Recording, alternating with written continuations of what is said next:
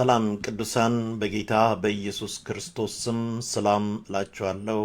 በዓለም ዙሪያ ሁሉ ያላችሁ ኢትዮጵያውያን፣ ኤርትራውያን፣ ሌሎችም ጌታ ይመስገን፣ ክብር ለእግዚአብሔር ይሁን። የጌታን መምጣት የምትጠባበቁ ሁሉ የአባቴ ቡሩካኖች፣ የመከሩ ሰራተኞች ጌታ ይመስገን። አምላካችን ጌታችን ኢየሱስ ክርስቶስ በቅርብ ይመጣል። ማራናታ። እንዴት ናቸውልኝ? ህይወት፣ ኑሮ፣ ሃሌሉያ፣ ክብር ለእግዚአብሔር ይሁን።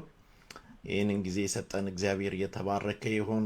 ዛሬ ደግሞ የጊዜውን ቃል የምንሰማበት ጊዜ ነው። ሃሌሉያ፣ ክብር ለእግዚአብሔር ይሁን። እንደምታዩት እዛ ላይ ለእናንተ የማስባትን ነው በቃ የሚለው። እኔ አውቃለሁ ፍጻሜና ተስፋን እሰጣችሁ ዘንድ የሰላም ሐሳብ ነው እንጂ የክፉ ነገር አይደለም። እግዚአብሔር የሰላምን ሐሳብ የሚሰጠን እግዚአብሔር ነው። አሜን ነው። የእግዚአብሔር ሐሳብ፣ የእግዚአብሔር ፍቃድ ውስጥ መግባት እጅግ ታላቅ በረከት ነው። ታላቅ ደግሞ ደስታ ነው። ጌታ ይመስገን። ስለዚህ ዛሬ የምንመለከተው የእግዚአብሔር ሐሳብና የሰው ሐሳብ በሚል እንካፈላለን። ጌታ ይባረክ። ክብር ለኢየሱስ ይሁን። አሜን። የእግዚአብሔር ሐሳብና የሰው ሐሳብ። ሃሌሉያ። የእግዚአብሔር ሐሳብና የሰው ሐሳብ። ይህንን ስል ብዙ ነገር ወደ አይምሯችሁ ይመጣል። የሰው ሐሳብ፣ የሰው ሐሳብ፣ የእግዚአብሔር ሐሳብ። ጌታ ይባረክ። የእግዚአብሔር ሐሳብ የሰላም ሐሳብ ነው። እሱ ያግኘን። ጌታ ይባረክ። የእግዚአብሔር ፕላን፣ የእግዚአብሔር ፍቃድ ያግኘን። እንደዚህ እንልል እንዴ? ነገር ሁሉ እንደ እግዚአብሔር ፍቃድ ይሁን። በቃ እንደ እግዚአብሔር ፍቃድ ቢሆን ይህንን አደርጋለሁ፣ ይህንን እሰራለሁ። ሃሌሉያ። የእግዚአብሔር ሐሳብ፣ የእግዚአብሔር ፍቃድ ያግኘን። አሜን። ጌታ ኢየሱስ ሲናገር የአባቴን ፍቃድ ላደርግ መጣሁ ይላል። ዛሬ ሰዎች በብዙ ሐሳብ ውስጥ ይሄዳሉ፣ በብዙ ነገሮች ውስጥ ይገባሉ። ግን ከዛ በላይ ግን የእግዚአብሔር ሐሳብ ትልቅ ነገር ነው። ጌታ ይመስገን። ስለዚህ ዛሬ የሰዎችን ሐሳብ ያበላሸውን ነገር ከዘፍጥረት ውስጥ እንመለከታለን። እንደ መግቢያ አድርገን 3 ምዕራፎችን እንመለከታለን። በዘፍጥረት ውስጥ የሰዎችን ሐሳብ እንዴት እንደተበላሸ እሱን እንመለከታለን። ልጁ በኢየሱስ ክርስቶስ ሃሌሉያ ወደ እሱ ሐሳብ ውስጥ፣ ወደ እሱ ፍቃድ ውስጥ ደግሞ ጠቅልሎናል። ጌታ ይመስገን። ክብር ለኢየሱስ ይሁን። አሜን ነው።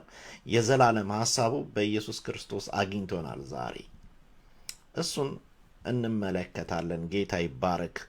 ክብር ለእግዚአብሔር ይሁን። እንጸልይ። የዘላለም አምላክ እግዚአብሔር ሆይ እናመሰግንሃለን፣ እንባርክሃለን። ስምህ ከዘላለም እስከ ዘላለም የተባረከ ይሁን። አንተ ድንቅ ነህ። ሃሌሉያ። አንተ ድንቅ ነህ ጌታ ሆይ። ብቻህን ታምራትን ትሰራለህ፣ ታስደንቀናለህ። ጌታ እግዚአብሔር ሆይ ዛሬም ከኛ ጋር አለህ። ሃሌሉያ ሃሌሉያ። ልጆች ተብለን እንድንጠራ እግዚአብሔር ሆይ በፊት እንድንሆን፣ ወደ ጸጋ ዙፋን እንድንቀርብ በክርስቶስ ኢየሱስ ሃሌሉያ እንደገና ሃሌሉያ እንድንወለድ እንድንኖር ያደረግከን፣ እንደገና መልካሙን ሥራ እንድንሠራ በክርስቶስ ኢየሱስ የፈጠርከን ጌታ እግዚአብሔር ስምህ ከዘላለም እስከ ዘላለም የተባረከ ይሁን። በዚህ ሰዓት ደግሞ ጌታ ሆይ በቃልህ አስተምረን። ያንተ ሐሳብ ይበልጣል። ሃሌሉያ። ያንተ ሐሳብ ያስደንቃል። ያንተ ሐሳብ ያስገርማል። ባንተ ሐሳብ ውስጥ መጠቅለል እንዲሆንልን በጌታ በኢየሱስ ክርስቶስ ስም ጸልያለን። አሜን። በዘፍጥረት ላይ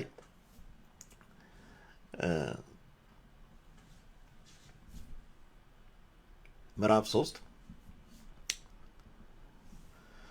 እባብም እግዚአብሔር አምላክ ከፈጠረው ከምድር አውሬ ሁሉ ይልቅ ተንኮለኛ ነበረ። ሴቲቱም በእውኑ እግዚአብሔር ከገነት ዛፍ ሁሉ እንዳትበሉ አዟልና አላት። ሴቲቱም ለእባቡ አለችው፣ በገነት ካለው ከዛፉ ፍሬ እንበላለን። ነገር ግን በገነት መካከል ካለው ከዛፉ ፍሬ እግዚአብሔር አለ እንዳትሞቱ፣ ከእርሱም አትብሉ አትንኩትም። እባብም ለሴቲቱ አላት፣ ሞትንም አትሞቱም።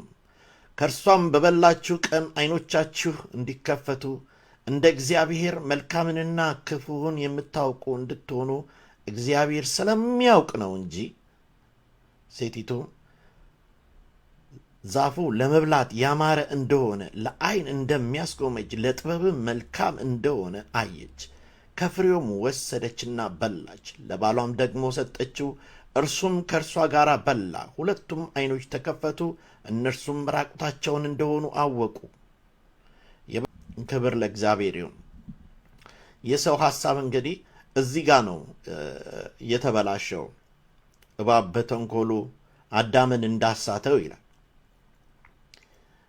ከእግዚአብሔር ጋር ኅብረት ነበራቸው። የሚያስፈልጋቸውን ነገር እግዚአብሔር አስቀምጦላቸዋል በኤደን ገነት። ከእግዚአብሔር ጋር ደግሞ ይገናኙ ነበረ። ጥሩ አምልኮ ነበራቸው።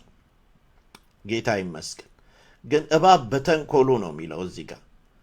እባብ በተንኮሉ መጥቶ የአዳምንና የሔዋንን ሐሳብ እንደቀየረው እንመለከታለን እዚህ ክፍል ላይ። በተለይ ሔዋን ከእሱ ጋር ከእባብ ጋር ታወራ ነበር፣ ከሰይጣን ጋር ታወራ ነበር እየተመላለሰች እና ብዙውን ጊዜ የሰዎችን አይምሮ ነው ሰይጣን የሚጠቀመው፣ የሰዎችን አይምሮ ነው የሚወስድ። በተለይ አሁን ባለንበት ዘመን ላይ በጣም የሚገርሙ አገልጋዮች፣ እግዚአብሔር ሲጠቀምባቸው የነበረ ሰዎች ዛሬ በተለያየ ነገር አይምሯቸው ተወስዶ እንመለከታለን።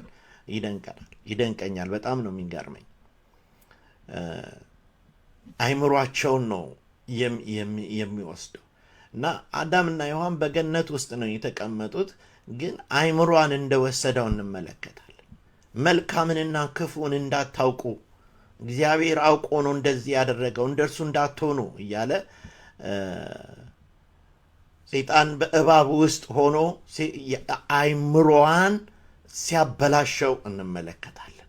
አስተሳሰቧን ሲያበላሸው እንመለከታለን። ከዚህ የተነሳ ሰዎች መልካምን እንዳያስቡ፣ መልካምን እንዳያደርጉ ሰይጣን ሆን ብሎ በተንኮሉ ሆን ብሎ የሰዎችን አይምሮ እንዳበላሽና የሰው ልጅ ወደ ኃጢአት ውስጥ እንዲገባ እንዳደረገ በዚህ ክፍል ላይ እንመለከታለን። በመጀመሪያ የሰው ልጅ አይምሮ የተበላሸው፣ አስተሳሰቡ የተበላሸው እዚህ ጋ ነው። አትንካ የተባለውን ፍሬ ወስዶ በመብላቱ በአይምሮዋ ላይ እንደተጫወተባት እዚህ ጋር እንመለከታለን። እሷም ለዓይን እንደሚያምር ነው ያለችው። ለዓይን እንደሚያምር ጎመንጨችው፣ አየችው፣ ያን በለስ ወሰደችው ይላል። በቃ እና ብዙ ጊዜ ነው እንግዲህ የተመላለሰች ስታወራ የነበረው። ስለዚህ አይምሮዋን ነው የወሰደው፣ አይምሮዋን ነው የሰረቀው። ያንን ነገር ለመውሰድ ምንም የከለከላል ነገር የለም። ኦልሬዲ ተይዛለች፣ አይምሮዋ በሙሉ ተይዟል። የእግዚአብሔር ቃል ሲናገረን በምትሰሙት ነገር እንዳትወሰዱ ተጠንቀቁ ይላል እና ሰይጣን አይምሮን ነው የሚያበላሸው፣ አስተሳሰባችንን ነው የሚቀይረው። ክፉ ዘር ነው የተዘራባት። ከዚህ ክፉ ዘር የተነሳ ምንም ልትቋቋመው አልቻለችም። በኤደን ገነት እግዚአብሔር በሚያናግራቸው ስፍራ እንዴት አይምሯ እንደተቀየረ እንመለከታለን። እንደተቀየረ ለባሏም ሰጠችው። በዚህ ምክንያት የሰው ልጅ እግዚአብሔር ካስቀመጠለት ከመልካሙ ስፍራ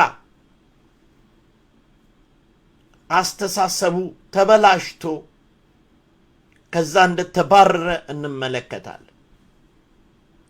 ጌታ ምህረት እግዚአብሔር ምህረት ግን እጅግ ጥልቅ ነው።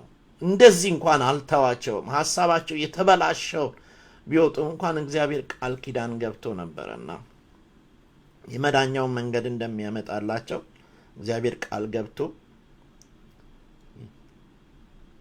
የቆዳ ልብስ አልብሶ ነበር ከገነት ያወጣቸው። ወገኖች ትልቅ ነገር ነው። ዛሬም በዘመናችን ሰይጣን እንዴት አድርጎ የሰዎችን አእምሮ እንደሚያበላሽ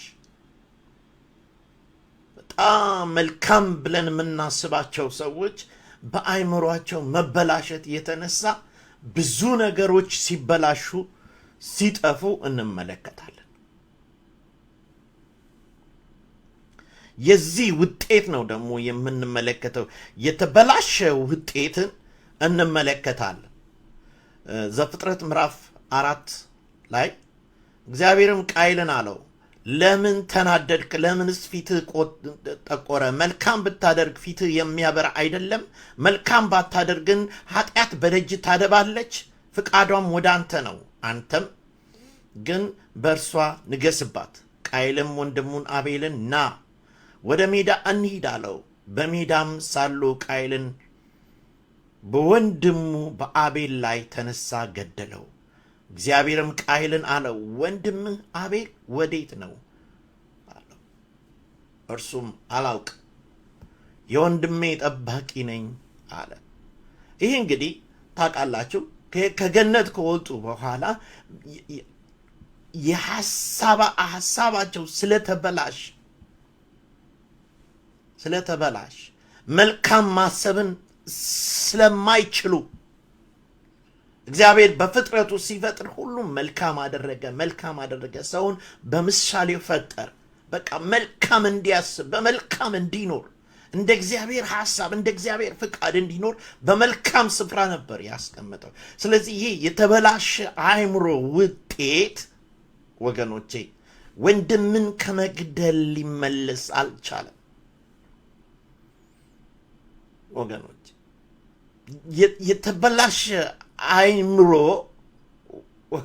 የተበላሸ አእምሮ ወንድምን እንኳን አይለይም።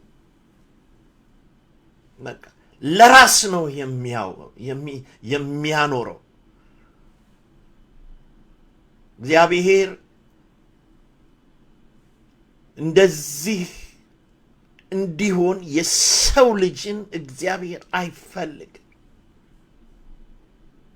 እዚህ የተበላሸ አእምሮ ውጤት ሁል ጊዜ ምንድነው? እግዚአብሔር የፈጠረውን ነገር ማበላሸት። ይህ ነው ሰይጣን በተንኮሉ ነው የሚል። በጣም ይገርመኛል። ሰይጣን በተንኮሉ አዳምን እንዳሳተ፣ ሔዋንን እንዳሳተ ዛሬም ይህ ነገር የሰዎችን አእምሮ እያጠፋ፣ የሰዎችን አእምሮ እያደነዘዘ፣ ክፉን ነገር በመስራት፣ ጥላቻን በመዝራት፣ እኔነትን በማወቅ በእኔነት ምክንያት ነው እንግዲህ ቃየል አቤልን የገደለው።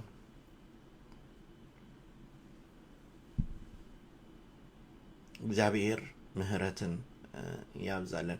ይህ እንግዲህ ሐሳብ ነው። እንግዲህ የሰው ልጅ ሐሳቡ ሲቀየር ብዙ ነገሮችን ያደርጋል። በብዙ ነገሮች ውስጥ ደግሞ ያልፋል።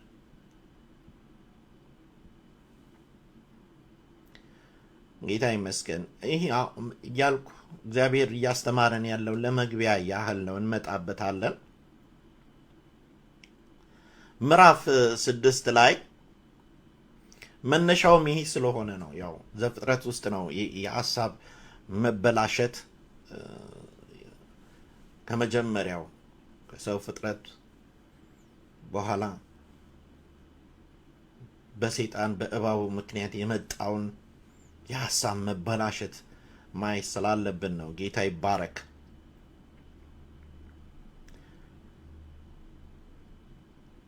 ምዕራፍ 6 ላይ እግዚአብሔርም የሰውን ክፋት በምድር ላይ እንደበዛ አየ፣ የልቡ ሐሳብ ምኞት ሁልጊዜ ፍጹም ክፉ እንደሆነ አየ። የልቡ ሐሳብ ምኞት ሁልጊዜ የማን? የሰው። በቃ የሰው የልቡ ሐሳብ ክፉ እንደሆነ አየ። እግዚአብሔርም ሰውን በምድር ላይ በመፍጠሩ ተጸጸተ ይላል። ተጸጸተ ይላል። ስለዚህ ሲወጣ የሰው ልጅ አእምሮ ራሱ የተበላሸ፣ አስተሳሰቡ የተበላሸ፣ የሚያቅደው እቅድ የተበላሸ፣ ምንም አይነት ነገር ከእግዚአብሔር ጋር የሌለው አይነት ግንኙነት፣ እግዚአብሔር የማይከብርበት አይነት ሩጫ የሚኖረው የሰው ልጅ። ስለዚህ በመፍጠሬ አለ ተጸጸትኩ። ሐሳቡ የሚያስበው ሐሳብ ወገኖች፣ የእግዚአብሔር ልጆች ከሰው ልጆች ጋር ከማይሆን ጋብቻ፣ እግዚአብሔር የማይከብርበትን ያልተቃደሰ ነገር ውስጥ ሲገቡ እንመለከታለን። በጭራሽ እግዚአብሔር የማይፈልገው ነገር ውስጥ የሰው ልጅ ሲገባ፣ ስለዚህ የሰውን ዕድሜ እዚህ ጋር ነው እግዚአብሔር የቀነሰው። ሁሉን ሲመለከት በሙሉ እንደ እግዚአብሔር ሐሳብ የሚሄዱ አልነበሩም። የእግዚአብሔርንም ፍቃድ የሚያደርግ አልነበረም። የሰው ልጅ ከጥፋት በኋላ ከኤደን ገነት ከወጣ በኋላ የሚያደርጋቸው ነገሮች ሁሉ እንደ እግዚአብሔር ፍቃድ አይደለም። መግደሉም፣ ትክክለኛ ያልሆነ ጋብቻ፣ የትክክለኛ ያልሆነ ኑሮ፣ እግዚአብሔርን የማያስከብር ኑሮ፣ የሰው ልጅ በዚህ ሁኔታ ውስጥ በተጨመላለቀ እግዚአብሔርን በማያስከብር ሁኔታ ውስጥ የእግዚአብሔር ልብ እስከሚያዝን ድረስ ለምን አለ? ለምን የሰውን ልጅ ፈጠርኩ? አሁን በምድር ላይ የምትመለከቱትን የሰውን ልጆች እንዴት ለምን ፈጠርኩ ነው ያለው። ሃሌሉያ! እግዚአብሔር ለኛ ምህረት አድርጎልን በዚህ በቃል ኪዳኑ በልጁ በምህረቱ በጸጋው እንደገና ተፈጥረን ወደ እርሱ ተጠቀለልን እንጂ እግዚአብሔር በሰው ልጅ በፈጠረው ነገር በጣም አዝኗል። በጣም አዝኗል እግዚአብሔር። ለምን? አስተሳሰብ፣ የሚያስበው ሐሳብ፣ ሁሌ ለኔ የሚል ሐሳብ። የኔ አምልኮ ለምን አልተቀበለም? በራሱ ሩጫ። ግን ደስ የሚለው ነገር አንድ ሰው ሞገስ ያገኘ ሰው እዚህ ጋር ተገኘ። እሱም ኖህ ነበር። ሞገስ አገኘ ይላል። ክብር ለኢየሱስ ይሁን። ሞገስ ማግኘት ይሆንልን በእግዚአብሔር ፊት። ሞገስ ያገኘ ሰው ማን ነበር ይላል? ኖህና ቤተሰቡ ሞገስን አገኘ ይላል። ክብር ለኢየሱስ ይሁን። ሞገስን አገኘ፣ በእግዚአብሔር ፊት ሞገስን አገኘ። ሃሌሉያ! ኖህ ሞገስ ከማግኘቱ የተነሳ ነው እኛ ዛሬ በህይወት እንድንኖር ይሆን ነው። የሰው ልጅ በምድር ላይ ለዘር እንዲቀር ያደረገው ኖህ ነው። ጌታ ይባረክ። ስለዚህ እግዚአብሔር የሱን ሐሳብ የሱን ፍቃድ ለኖህ ነገረው። መርከብ ስራ ላይ ጌታ ይመስገን። የእግዚአብሔር ሐሳብ የእግዚአብሔር እቅድ ሃሌሉያ ወደ ህይወታችን ይምጣ ወገኖች። እንዴት ማድረግ እንዳለብን የእግዚአብሔር ልጆች በመንፈስ ይመራሉ። በምሪት ነው። የእግዚአብሔር ሐሳብ ደግሞ በቃ ሰላም ነው። ሰላም ነው። እኔነት የለበትም፣ ቅናት የለበትም፣ ክፋት የለበትም። ሁል ጊዜ መልካም ነው። መልካም ነው ወገኖች፣ መልካም ነው የእግዚአብሔር ሐሳብ። ሃሌሉያ! ክብር ለኢየሱስ ይሁን፣ ክብር ለኢየሱስ ይሁን። ዘፍጥረት ምዕራፍ 11 ላይ እንመለከታለን። በምድር ሁሉ በአንድ ቋንቋ በአንድ ንግግር ነበረች። ከምስራቅም ተነስተው በሄዱ ጊዜ በሰናዖር ምድር አንድ ሜዳ አገኙ፣ በዚያም ተቀመጡ። እርስ በርሳቸውም ኑ ጡብ እንስራ፣ በእሳትም እንተኩሰው ተባባሉ። ጡብንም እንደ ድንጋይ ሆነላቸው፣ የምድርንም ዘፈት እንደ ጭቃ ሆነላቸው። እንዲሁም ኑ ለእኛ ከተማ ራሱ ወደ ሰማይ የሚደርስ ግንብ እንስራ፣ በምድርም ሳንበተን ስማችንን እናስጠራ አሉ። እግዚአብሔርም የአዳምን ልጆች የሰሩትን ከተማ ግንብ ለማየት ወረደ። ይውላችሁ የአዳምን ልጆች የሰሩትን ግንብ ለማየት ወረደ። ከኖህ በኋላ ማለት ነው። የአዳምን ልጆች እነዚህ ሐሳብ አይምሯቸው በእባብ የተነደፈ እነዚህ ኃጢአተኞች፣ እነዚህ የእግዚአብሔርን ሐሳብ የማይቀበሉ የማያውቁ ትውልዶች፣ የአዳም ልጆች ለራሳችን ስም ማስጠሪያ ሐሰቡ። በቃ ሳንበተን ስማችንን እናስጠራ፣ ኑ ይህንን የባቢሎን ግንብ እንስራ። ምን ስላገኙ? ሜዳ አግኝተዋል። በቃ ሜዳ አግኝተዋል እኮ። በዚህ ሜዳ ላይ ትልቅ እንስራ ሰሩ፣ ትልቅ። እግዚአብሔርም ከሰማይ ወረደ፣ ምንም ሊከለክላቸው አይችልም። ወርደን ቋንቋቸውን እንደበላልቃል። ለምን? ፈጽሞ የእግዚአብሔርን ሐሳብ አይደለም ወገኖች፣ የእግዚአብሔር ሐሳብ አይደለም።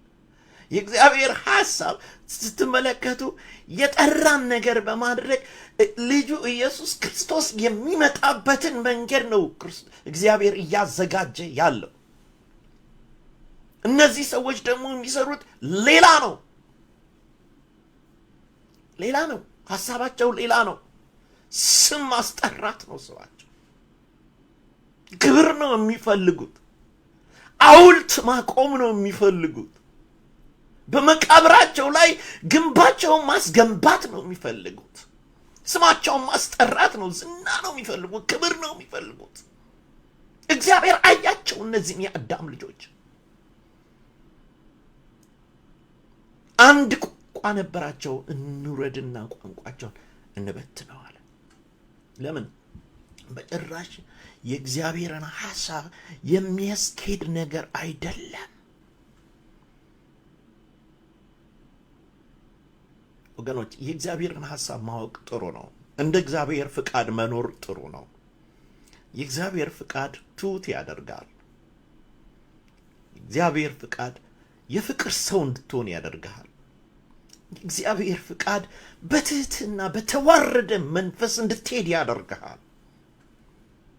የእግዚአብሔር ሐሳብ ስለዚህ አይምሯቸው ተይዟል። የአዳም ልጆች ሲል ይህ ሐሳባቸው የሚያስቡት የሚያቅዱት፣ በጋብቻ ብትሉ፣ በቢውልዲንግ ብትሉ ወገኖች፣ በአምልኮ ብትሉ እንዳለ ዘፍጥረት ውስጥ ጦርነት ነው የተከፈተው።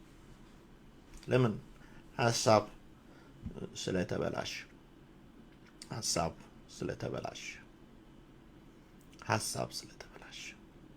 እግዚአብሔር ምሕረትን ያደርግልን። ስለዚህ እግዚአብሔር እንድንመለስ እግዚአብሔር ይፈልጋል። በማቴዎስ ምዕራፍ 6 ላይ ግን አስቀድማችሁ የእግዚአብሔርን መንግሥት ጽድቁን ፈልጉ፣ ይህ ሁሉ ምን ይሆናል? ይጨመርላችኋል። የእግዚአብሔርን ጽድቅ ፈልጉ፣ ይህ ሁሉ ምን ይሆናል? ይጨመርላችኋል። የእግዚአብሔርን ጽድቅ ፈልጉ። የእግዚአብሔር ጽድቅ፣ የእግዚአብሔር ፍቃድ፣ የእግዚአብሔርን ሐሳብ ማወቅ። ምንድን ነው የእግዚአብሔር ሐሳብ በእኔ ላይ? ምንድን ነው የእግዚአብሔር ሐሳብ በአንቺ ላይ? የእግዚአብሔር ሐሳብ ምንድን ነው ወገኖች? አገልጋዮች፣ በእናንተ ላይ ያለው የእግዚአብሔር ሐሳብ እቅድ ምንድን ነው? ወገኖች የእግዚአብሔር ሐሳብ አያስጨንቅም። ስለ ነገ አያሳስብም። የእግዚአብሔር ሐሳብ የእግዚአብሔር እቅድ ውስጥ የእግዚአብሔር ፕላን ውስጥ ሰው ከገባ አይጨነቅም። ያንን ሁሉ የሚያዘጋጀው እግዚአብሔር ስለሆነ ማለት ነው። እግዚአብሔር ስለሆነ ማለት ነው።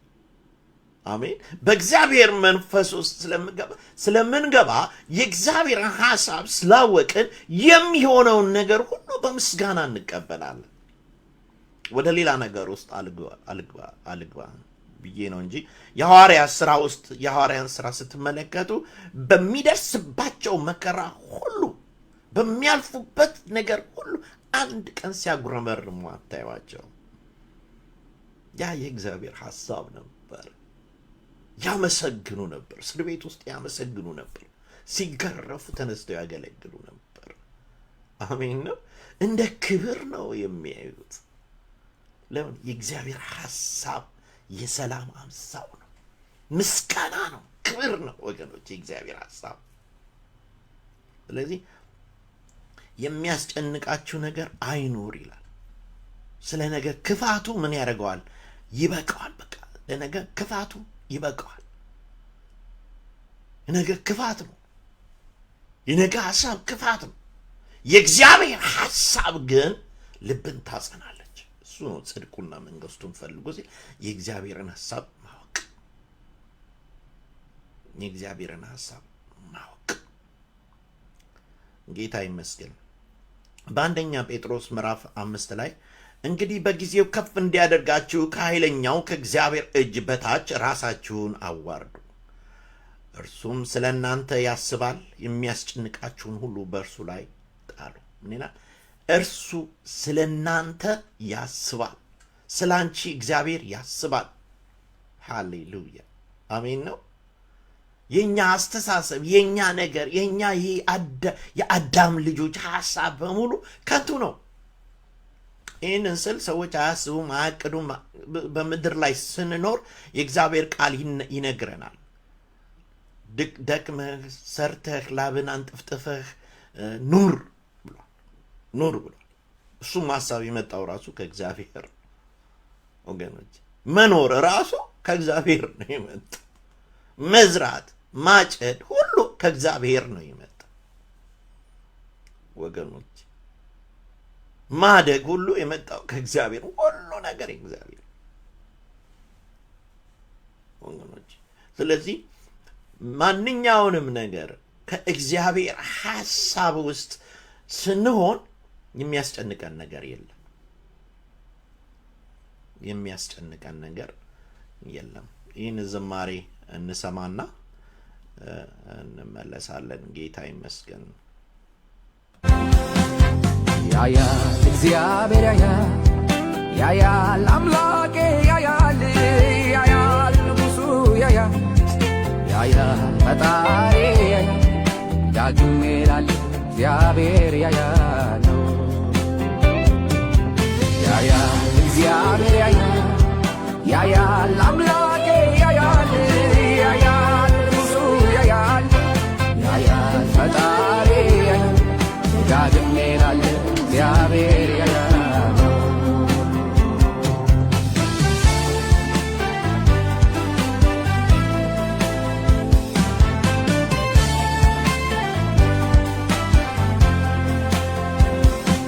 ካህኑ ጎኔ ባይኖርም መውጣት መግባቴን ባያይም ወገኖችም ባይገኙ እኔ ጋር አብረው ባይውሉ እንዴት ነው ቅድስናህ? እንዴት ነው የዕለት ኑሮዬ? ጌታ አንተን እንዳልበድል ማንም አላየኝም ብዬ ለካህኑ አይደል ላንተ ነው ኑሮዬ፣ ለወገኖች አይደል ላንተ ነው ኑሮዬ። ያያል እግዚአብሔር ያያል አምላኬ ያያል ንጉሡ ያያል ፈጣሪ ያያል ዳግም ይላል እግዚአብሔር ያያለው። እግዚአብሔር ይፈራል አምላኬ ይፈራል ይፈራል ንጉሡ ይፈራል ይፈራል ፈጣሪ ይፈራል ዳግም ይላል እግዚአብሔር ይፈራል ነው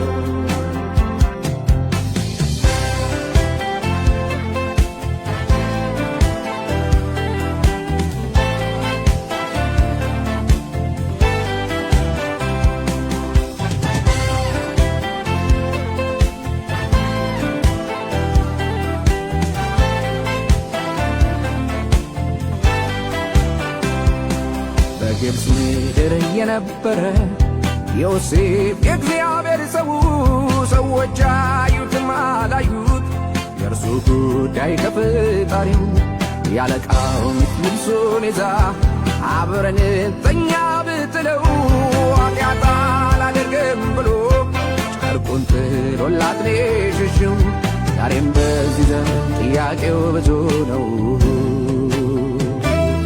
ጥለን የሸሸን ጌታ እናስከብረው ያያል እግዚአብሔር ያያል አምላኬ ያያል ያያል ንጉሡ ያያል ያያል ፈጣሪ ያያል ደጋግም ይላል እግዚአብሔር ያያለው ይፈራል እግዚአብሔር ይፈራል ይፈራል አምላኬ ይፈራል ይፈራል ንጉሡ ይፈራል ይፈራል ፈጣሪ ይፈራል ዳግም ይላል እግዚአብሔር ይፈራል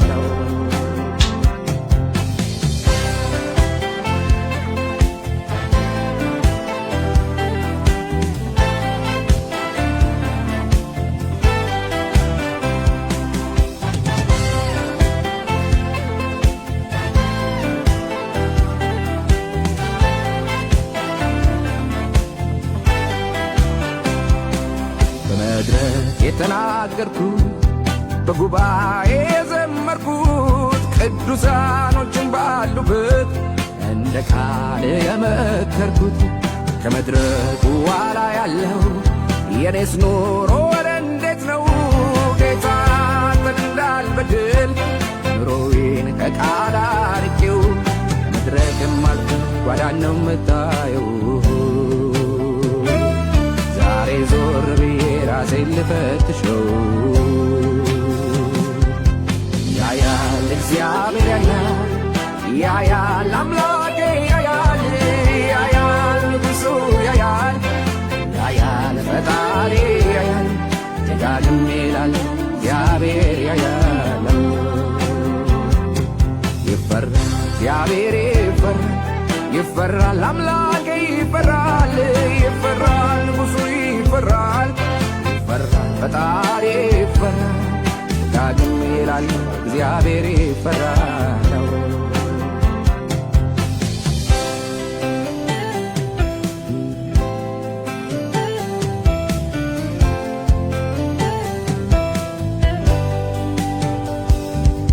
ክርስትና ክርስትና ክርስትና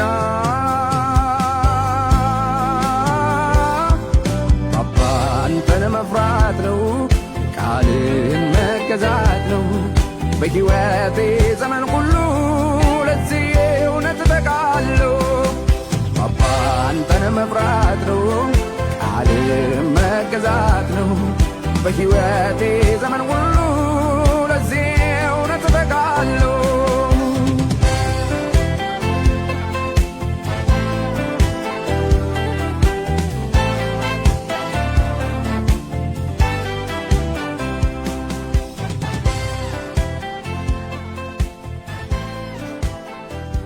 አሜን።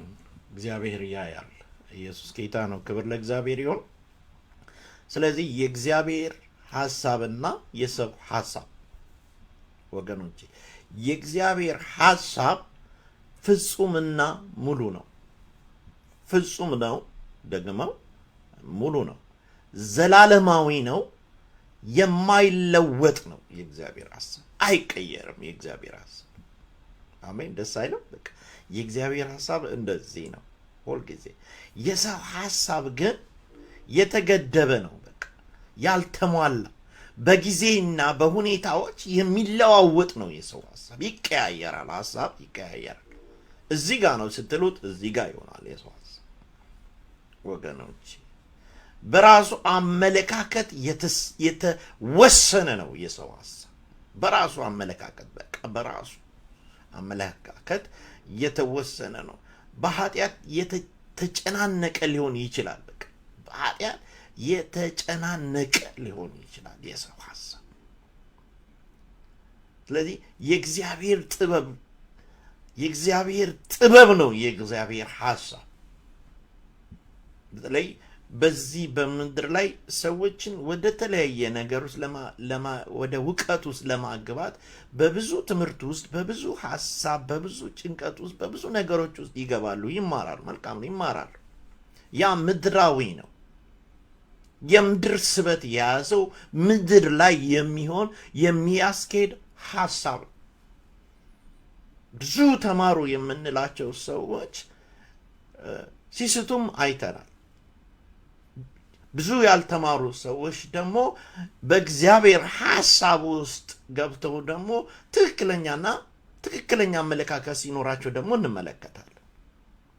ወገኖች ግን ከሁሉ በላይ የእግዚአብሔር ሐሳብ ይበልጣል። አሜን። የእግዚአብሔር ሐሳብ ይበልጣል።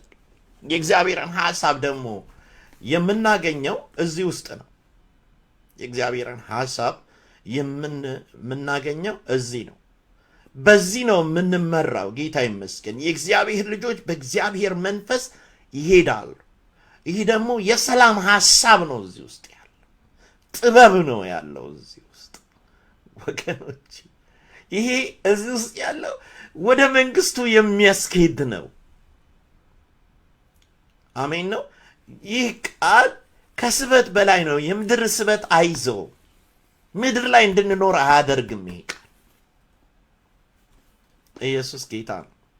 ስለዚህ ነው በአእምሮአችን መታደስ እንድንለወጥ እግዚአብሔር ይፈልጋል። ሮሜ ምዕራፍ 12 ላይ በአእምሮአችሁ ይላል ጳውሎስ ሲናገር፣ እለምናችኋለሁ በአእምሮአችሁ መታደስ እንድትለወጡ ይላል። እለምናችኋለሁ፣ ይህም አገልግሎታችሁ ነው ይላል። የአእምሮ መታደስ የአእምሮ መለወጥ እንዴት መታደል መሰላችሁ? የእግዚአብሔር ሐሳብ የእግዚአብሔር ፍጹም ሙላት ዘላለማዊነት የማይለወጥ ነው የእግዚአብሔር ሐሳብ።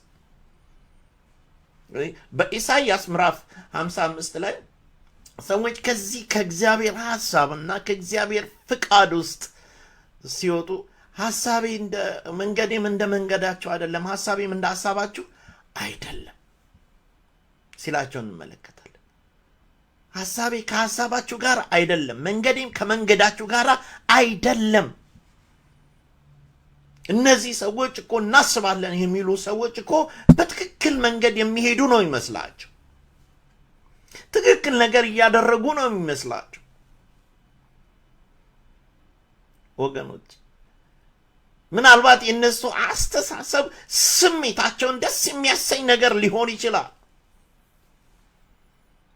ወገኖች ፍጹም እንድንቀየር እግዚአብሔር ይፈልጋል። አመለካከታችን፣ አስተሳሰባችን ሁሉ ከዚህ ከቃሉ መውጣት እንደሌለበት ነው የእግዚአብሔር ቃል የሚነግረን። ለምን? የእግዚአብሔር ልጆች በእግዚአብሔር መንፈስ ይመራሉ ይላልና። ወገኖቼ የሰው ልብ ሁሉ ተንኮለኛ ነው፣ ማንስ ያውቀዋል ይላል። እኔ እግዚአብሔር ለሰው ሁሉ እንደ መንገዱ እንደ ሥራው ፍሬ እሰጠው ዘንድ ልቡንና ኩላሊቱን እመረምራለሁ። የሰው ልብ እጅግ ተንኮለኛ ነው። እኔ ግን ልቡንና ኩላሊቱን እመረምራለሁ ይላል። ቅድም አይተነዋል። በኖህ ዘመን እግዚአብሔር የሕዝቡን ልብ አየው፣ ተመለከተው፣ በመፍጠሬ ተጸጸትኩ አለ። እጅግ ተንኮለኛ። ለምን? አእምሮ በእባብ ተነድፏል። አመለካከቱ በእባብ ተነድፏል። እግዚአብሔር ምሕረት ያደርግልን። የሰው ሐሳብ ሁል ጊዜ እግዚአብሔር ልብንና ኩላሊትን ይመረምራል። ሰው ግን ፊትን ያያል። እግዚአብሔርም ግን ሳሙኤልን ፊቱንና ቁመቱን ዘለቅታውን እንደ ሰው እንዳየ እግዚአብሔርም አያይምና ናቀው። ሰውም ፊትን ያያል፣ እግዚአብሔር ግን ልብን ያያል። ወገኖች ሳሙኤል መጥቶ ፊታቸውን ነው ያየው፣ ውጫዊ የሆነውን ነገር ነው ያየው። እግዚአብሔር ግን ልባቸውን፣ ሐሳባቸውን፣ ኑሯቸውን አይ በዚህ ምክንያት ናቃቸው። እግዚአብሔር ሲያየን እንዴት ነው? አሜን። የእግዚአብሔርን ሐሳብ መከተል ወደ ሕይወት ሁሉ ይመራናል። ሰላምን፣ እርካታን ይሰጠናል። አሜን ነው። ሰላምን ይሰጠናል፣ እረፍትን ይሰጠናል። ለእናንተ የማስባት ሐሳብ እኔ ያውቃለሁ፣ ፍጻሜና ተስፋን እሰጣችሁ ዘንድ የሰላም ሐሳብ ነው እንጂ የክፉ ነገር አይደለም ይላል። እግዚአብሔር የሚሰጠን ሰላም መልካም ነገርን ነው። እናንተም ትጠሩኛላችሁ፣ ሄዳችሁም ወደ እኔ ትጸልያላችሁ፣ እኔም እሰማችኋለሁ። ሃሌሉያ። እናንተም ትሹኛላችሁ፣ በፍጹም ልባችሁ ካሻችሁኝ ታገኙኛላችሁ። ሐሳቤን ታገኛላችሁ፣ ፍቃዴን ታገኛላችሁ። ክብር ለኢየሱስ ይሁን። እግዚአብሔር መልካም ነው። እግዚአብሔር ይረዳናል። በቃ አሜን ነው። መንገዳችንን ይመራል፣ መንገዳችንን ይመራል። እሱ መንገድ ነው፣ ሕይወት ነው። አሜን። እንጀራ ነው። ሃሌሉያ። እሱ በረከታችን ነው፣ ይመራናል።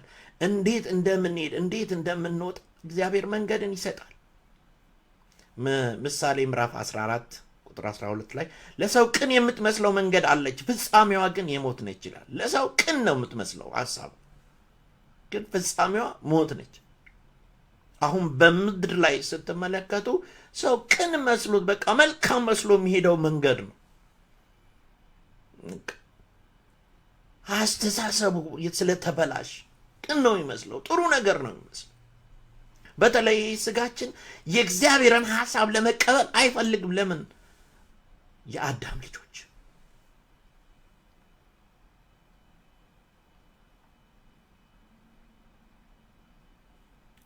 እግዚአብሔር መልካም ነው። ዛሬም እግዚአብሔር እያንዳንዳችንን ያውቃል። አሜን። ፈትሸኝ ልቤንም እወቅ፣ አቤቱ መርምረኝ፣ እወቅ፣ ፈትነኝ፣ መንገዴንም እወቅ። በደል በእኔ ውስጥ ብታገኝ እይ፣ የዘላለምን መንገድ ምራኝ። ሃሌሉያ። በመንፈስ ቅዱስ እውነትህን አሳየ። አሜን። እውነትህን አሳየ።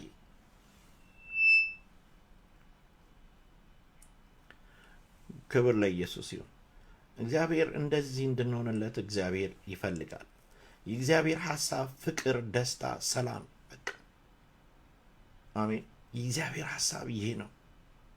የመንፈስ ፍሬ ግን ፍቅር፣ ደስታ፣ ሰላም፣ ትዕግስት፣ ቸርነት፣ በጎነት፣ እምነት፣ የዋሃት፣ ራስን መግዛት። እንደዚህ ያሉትን ሕግ የሚከለክል የለም። እነዚህ የእግዚአብሔር ሐሳብ ናቸው። የእግዚአብሔር ሐሳብ ጽድቅ።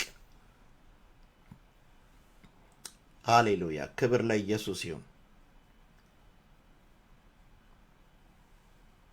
ስለዚህ የእግዚአብሔር ሐሳብና የሰው ሐሳብ በጣም የተራራቀ። ለዚህ ነው ክርስቶስ ኢየሱስ ዋጋ የከፈለው፣ ወደ እሱ ሐሳብ ውስጥ ሊጠቀልለን፣ ወደ እሱ ኑሮ ውስጥ ሊያስገባን ይህንን አካላችንን። ሃሌሉያ አሜን ነው። ይህንን አካላችንን ሞተን ከእርሱ ጋር እንድንነሳ ሕያው እንድንሆን ያደረገን፣ የመንግስቱ ወራሽ እንድንሆን እንደገና በክርስቶስ ኢየሱስ የፈጠረን፣ እንደገና ያስነሳን። ሃሌሉያ። የአዳም ልጆች እንዳንባል አሁን የጌታ ልጆች፣ የእግዚአብሔር ልጆች እንድንባል አባ አባ ብለን በፊቱ እንድንጮህ በመስቀል ላይ ሥራ ተሰርቶልናል። አሜን ነው። ለውጥ ሆኗል፣ ተቀይሯል። ይህ ሰይጣን በተንኮሉ በተንኮሉ ያበላሸው አእምሮ በክርስቶስ ኢየሱስ ተለውጧል። ዛሬ የሚያስበው ምህረት ነው። ዛሬ የሚያስበው ፍቅር ነው። ዛሬ የሚያስበው የዋህነትን ነው። ዛሬ የሚያስበው ራስን መግዛት ነው። እነዚህን የሚከለክል የለም። የእግዚአብሔር ጸጋ ዛሬ ተገልጧል። ነፃ አውጥቶናል ከከንቱ ፍልስፍና፣ ከከንቱ ሐሳብ፣ ከቅናት፣ ከዘረኝነት ወገኖች ከማይሆን አካሄድ በክርስቶስ ኢየሱስ ነፃ አውጥቶናል። አርነት ወጥተናል። ዛሬ የሰላም አምላክ ለኛ የሚያስበውን ያውቃል። አሜን ነው። ትልቅ ሐሳቡ የዘላለም ሐሳቡን በክርስቶስ ኢየሱስ ፈጸመው። በእርሱ ኃይል ቀየረን፣ እንደገና ሰው አደረገን። በተለይ ኤፌሶን ምዕራፍ 2 ላይ በጣም ይገርመኛል። ከፍጥረታችሁ ሙታን ነበራችሁ። በቃ የአዳም ልጆች ነበራችሁ፣ ሙታኖች ነበራችሁ፣ ሕያዋን አልነበራችሁም። ሁሉ ሰው ኃጢአት ሰርቷል፣ የእግዚአብሔር ክብር ጎሎታል። የተበላሸ አእምሮ፣ የተበላሸ አመለካከት፣ የተበላሸ ካራክተር፣ የተበላሸ አካሄድ በክርስቶስ ኢየሱስ ተቀይሯል። በሞትና በትንሣኤው ተቀይሯል። ነፃ ወጥተናል ወገኖች። ለዚህ ነው ጳውሎስም እነዚህ ወንጌል ለገባቸው ሰዎች ትልቁ ነገር የአእምሮ መታደስ ነው ይላቸዋል። አሜን ነው። አሮጌው ማንነትን መተው፣ በአዲስ ህይወት መሄድ። አሜን ነው። እንደገና ተሰራን እኮ፣ እንደገና እኮ ተፈጠርን በመስቀሉ። አሜን። በትንሣኤው ኃይል ከእርሱ ጋር ተነሳ።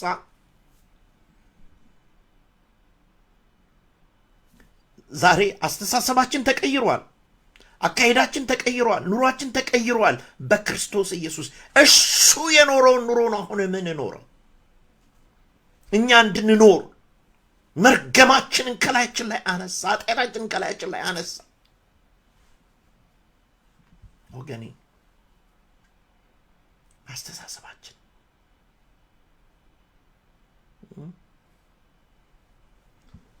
አሜን። ስለዚህ በጣም ደስ የሚለኝ ቃል አለ። የእግዚአብሔር ልጆች በእግዚአብሔር መንፈስ ይመራሉ፣ የእግዚአብሔርን ድምፅ ይሰማሉ። ወገኔ እስቲ የእግዚአብሔርን ድምፅ የሚሰማ ሰው ይጨነቃል ወይ? የእግዚአብሔርን ድምፅ የሚሰማ ሰው ግራ ይጋባል ወይ? የእግዚአብሔርን ድምፅ የሚሰማ እየቃዠ ይኖራል ወይ? እግዚአብሔር እኮ አርነት አውጥቶናል። እግዚአብሔር እኮ ነፃ አውጥቶናል፣ ፈቶናል።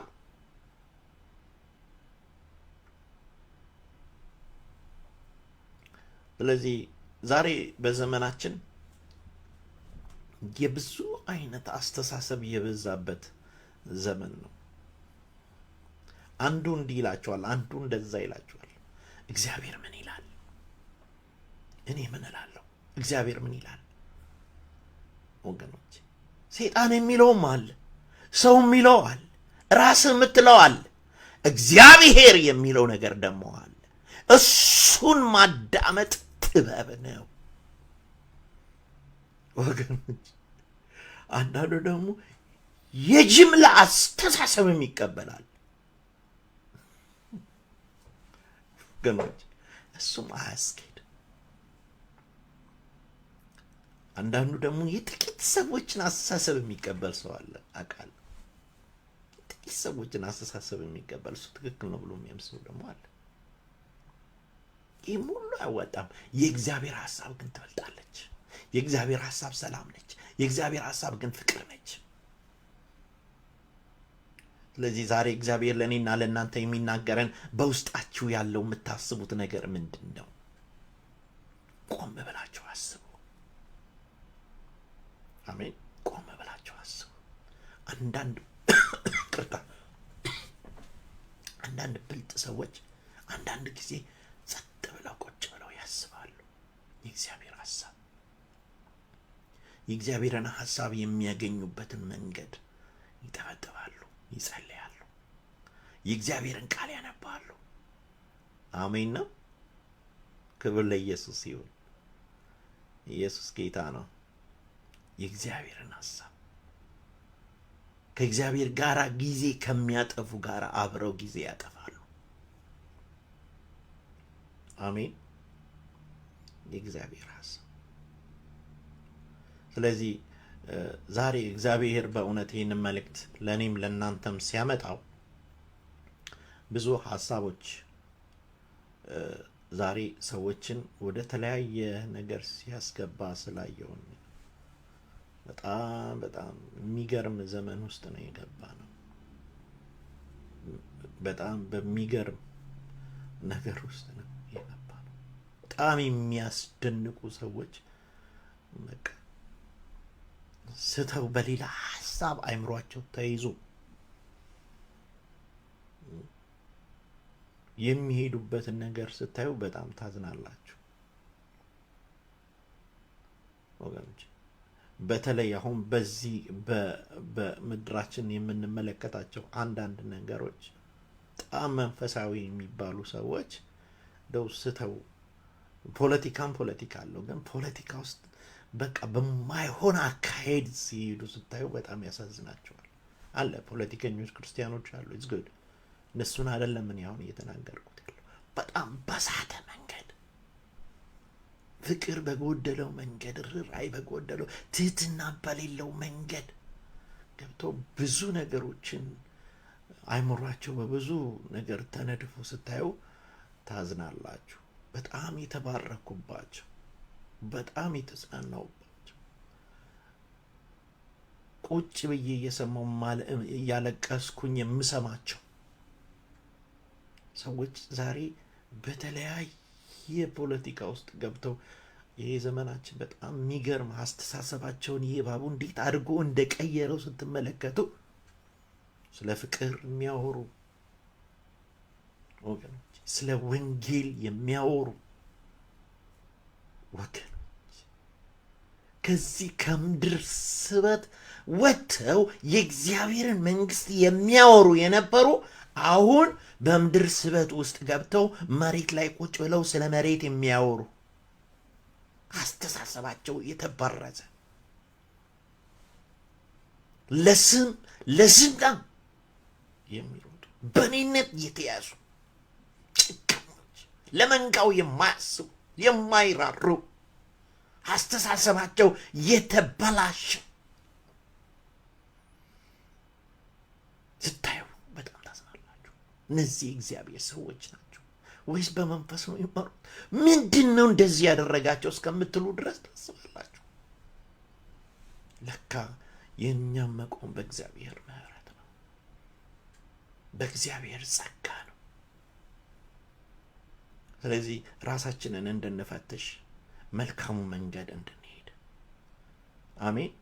በቃ በእግዚአብሔር ሐሳብ በእግዚአብሔር እቅድና እቅድ ከእግዚአብሔር ጋር እንወግን። እሱ ነው እንድናሸንፍ የሚረዳን እንደሚያግዘን። እኔ አሸንፍ ያለው እናንተም ታሸንፋላችሁ። ጌታ ይመስገን። ክብር ለኢየሱስ ይሁን። እግዚአብሔር መልካም ነው። እንደ እግዚአብሔር ያለ ማንም የለም። ኢየሱስ ጌታ ነው። ሃሌሉያ። በጣም ደስ ብሎኛል። እጅግ የተማርኩበት መልእክት ነው። እግዚአብሔር ለሕዝቡ በጣም ይጠነቀቃል። እግዚአብሔር ለሕዝቡ በጣም ይራራል። ሃሌሉያ። እንደ እግዚአብሔር ያለ ማንም የለም። ሃሌሉያ። እግዚአብሔር ሐሳብ መሄድ፣ ድምፁን መስማት ጌታ ይባረክ። ሃሌሉያ። የተበላሸውን ነገር ክርስቶስ ኢየሱስ ቀይሮታል። አሜን ነው። ተለውጧል። አዲስ ሕይወት ሆኗል። አሜን ነው። ከንቱ የሆነ አስተሳሰብ እግዚአብሔር ቀይሮታል። አሜን። ከንቱ የሆነ አስተሳሰብ እንደፈለግ እንድትሆን የሚያደርገውን አስተሳሰብ ለእግዚአብሔር የማይሆነውን ነገር ሁሉ እሱ ቀይሮታል። እግዚአብሔር መልካም። ክብር ለእግዚአብሔር ይሁን። እንጸልያለን። እግዚአብሔር ሆይ እናመሰግንሃለን፣ እንባርካለን። ስምህ ከዘላለም እስከ ዘላለም የተባረከ ይሁን። ዛሬም ጌታ ሆይ በቃልህ እንደተናገርከን መኖር እንድንችል የሚያስችለውን ጸጋ ለኔና ለሕዝብህ ለቃል ዛሬም ጌታ እግዚአብሔር ሆይ ጨምርልን። ከክብር ወደ ክብር ከኃይል ወደ ኃይል መሸጋገር ይሆንልን። ሃሌሉያ። አይምሮን ሁሉ የሚያልፈው ሰላም ረፍት የሚሰጥ እግዚአብሔር ሆይ ያንተ ድምፅ እግዚአብሔር ሆይ ወደ እያንዳንዳችን በኢየሱስ ስም ይምጣ። ትሑት የሚያደርግ የእግዚአብሔር መንፈስ ሃሌሉያ።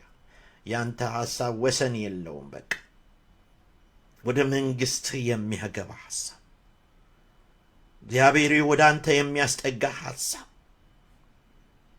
እግዚአብሔር ሆይ አንተን የሚያስፈልግ ሐሳብ ከመንፈስህ ወዴትም እንዳንሄድ የሚያደርግ ሐሳብ አይምሯችንን እንዲገዛው በኢየሱስ ስም እንጸልያለን። በቃልህ ተናግረናል። በቃልህ እንድንኖር ደግሞ ጸጋን አብዛለን። በዚህ ሰዓት በተለያየ መንገድ እግዚአብሔር በተለያየ ሐሳብ አይምሯቸው የተያዘ የተጨናነቀ ዛሬ ከቃልህ የተነሳ እግዚአብሔር ሆይ አንተ ለኛ የምታስብልን ሐሳብ መልካም ነው። በዚህ ልባችን እንዲጸና በኢየሱስ ስም ጸጋን አብዛለን። ስምህ ይባረክ። ስምህ ከፍ ከፍ ይበል። ተመስገን። ሃሌሉያ። ክብር ለእግዚአብሔር ይሁን። ክብር ለእግዚአብሔር ይሁን። አሜን። ተባረኩ።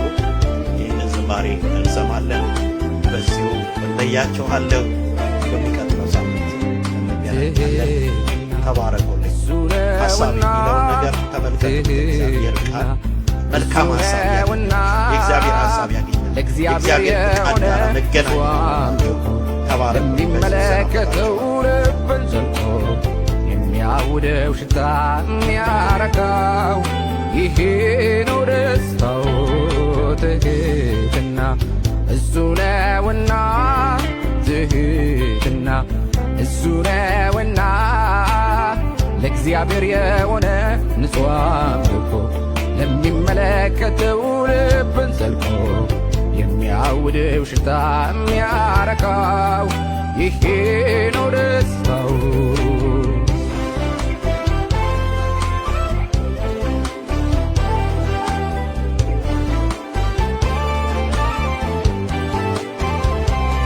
ብትጾም ብትጸልይ መልእክት ብታመጣ ሕዝቡን ከእስራቱ ነፃ ብታወጣ በእጅ ታምራት እርሱ አምላክ ቢሠራ ሕዝቡ እስከሚገረም እስኪፈልስ ተራራ ከእኔ በላይ ማንም ማለት እንዳትጀምር በማደግ ላይ ማደግ መብዛትን ስትጨምር በትዕቢት ተሞልተህ ክብሩን እንዳታጣ የማደግ ሚስጥር እሱ ትሕትና ትሕትና እሱ ነውና ትሕትና እሱ ነውና ለእግዚአብሔር የሆነ ንጹሕ አምልኮ ለሚመለከተው ልብን ዘልቆ የሚያውደው ሽታ የሚያረካው ይሄ ነው ደስታው።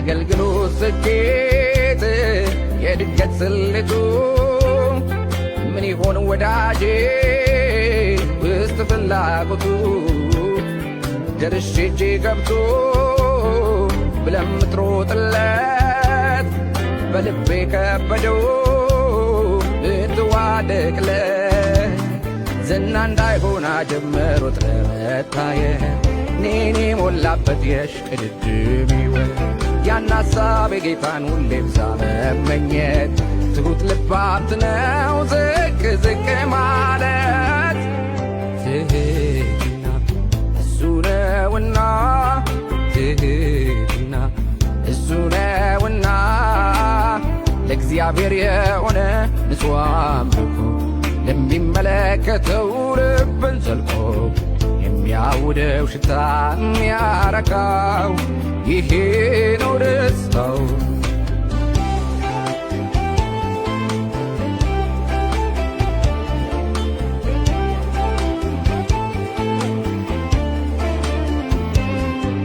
አቤት ቃል አቤት ዜማ ሲባል ሲነገርልኝ ወሬው ስለ እኔ ሆኖ ታሪኬ ሲደንቅልኝ በወንጌል ተደብቄ እኔው ሰው ልብ ስገባ ጭብጨባው አድናቆቱ ከዳር ዳር ሲያስተጋባ ልቤ አንድ ነገር እጅግ ፈርቷል።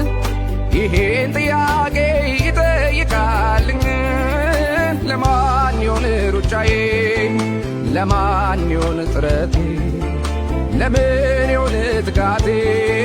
ለምን ይሆን ልፋቴ? ለማን ይሆን ሩጫዬ? ለማን ይሆን ጥረቴ? ለምን ይሆን ትጋቴ? ለምን ይሆን ልፋቴ?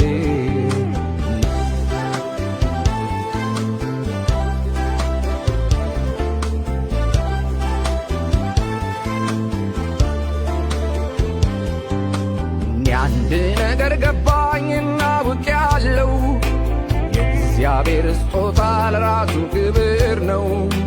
ስለ አገልግሎቴ ሁልጊዜ ለአምላኬ እንደዚህ እለዋለሁ በፊቱ ወድቄ ጌታ ሆይ ጌታ ሆይ አንተን እንዲያዩ ነው። ጌታ ሆይ ጌታ ሆይ አንተን እንዲያዩ ነው። ጌታ ሆይ ጌታ ሆይ አንተን እንዲያዩ ነው። ጌታ ሆይ ጌታ ሆይ አንተን እንዲያዩ ነው። አንተን ብቻ አንተን አንተን አንተን አንተን አንተን አንተን አንተን አንተን ብቻ አንተን አንተን አንተን አንተን አንተን አንተን አንተን አንተን ትሕትና እሱ ነውና ትሕትና እሱ ነውና ለእግዚአብሔር የሆነ ንጹሕ አምልኮ ለሚመለከተው ልብን ዘልቆ የሚያውደው ሽታ የሚያረካው ይሄ ነው ደስታው።